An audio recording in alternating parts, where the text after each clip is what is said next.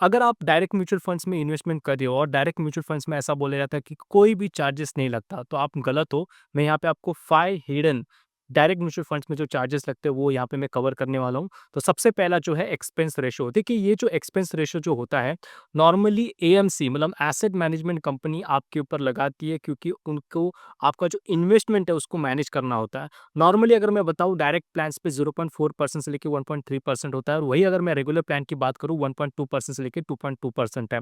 Regular plans में थोड़ा-सा ज़्यादा होता है, और ये जो एक्सपेंस रेशियो होता है वो आपके एनएवी से ऑटोमेटिकली कट हो जाता है, तो आपको पता भी नहीं चलेगा, और यहाँ पे कोई भी सेपरेट बिल यहाँ पे आपको देखने नहीं मिलता। और जीएसटी भी लगता है, सेकंड जो चार्जेस है वो जीएसटी ऑन एक्सपेंस रेशियो है। तो अगर समझ लीजिए आपका एक्सपेंस रेशियो 1% है, तो उसके ऊपर 18% लगेगा, जो इफेक्टिव कॉस्ट हो जाएगा 1.18%। याद रखिए ये भी अपने आप एनएवी से कट हो जाता है, आपको यहाँ पे सेपरेट बिल इसका भी नहीं मिलेगा। उसके बाद है एग्जिट लोड। देखिए कोई भी म्यूचुअल फंड का एक मिनिमम होल्डिंग पीरियड होता है। समझ लीजिए उसके पहले अगर आप एग्जिट कर लेते हो तो उसमें आपको एग्जिट लोड लगता है। तो नॉर्मली इक्विटी फंड्स पे 1% का लग जाता है अगर 1 साल के पहले कर लेते हो, और डेट फंड्स पे 0.25% से लेके 0.5% के बीच में होता है। वंस जो मिनिमम होल्डिंग पीरियड वो निकल जाता है, उसके बाद अगर आप एग्जिट करते हो तो वहाँ पे कोई एग्जिट लोड चार्जेस नहीं लगेंगे। उसके बाद है एसटीटी। देखिए ये जो चार्जेस है काफ़ी मिनिमल होता है, 0.001%, लेकिन ये जो चार्जेस है वो आपके रिडम्पशन अमाउंट पे लगता है।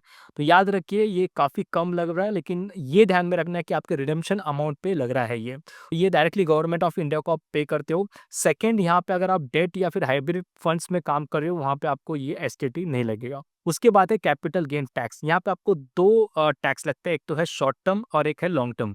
शॉर्ट टर्म में 20% का लगता है, वो 1 साल के अंदर अगर आपका प्रॉफिट होता है, तो उस गेन पे आपको 20% लगेगा, और वही लॉन्ग टर्म में अगर 1 साल के बाद आपको जो भी प्रॉफिट है उसके ऊपर 12.5% लगेगा। देखिए ये चार्जेस या फिर टैक्स मैं जो बोल रहा हूँ, ये चेंज होते रहते हैं, आपको चेक करना पड़ेगा। और उसके बाद डेट म्यूचुअल फंड्स पे अगर मैं बात करूँ, as per individual income tax के हिसाब से आपको यहाँ पे टैक्स लगाया जाता है। तो ये भी आपको ध्यान रखना है। And one more thing guys, अगर आप भी म्यूचुअल फंड्स में इन्वेस्टमेंट करना चाहते हो डायरेक्टली विदाउट कमीशन, तो ज़ेरोधा थ्रू आप कर सकते हो। ज़ेरोधा एक वन ऑफ द इंडिया का सबसे लार्जेस्ट ब्रोकर है। उसका लिंक मैंने नीचे डिस्क्रिप्शन बॉक्स में दिया हुआ है। So guys thank you, have a nice day.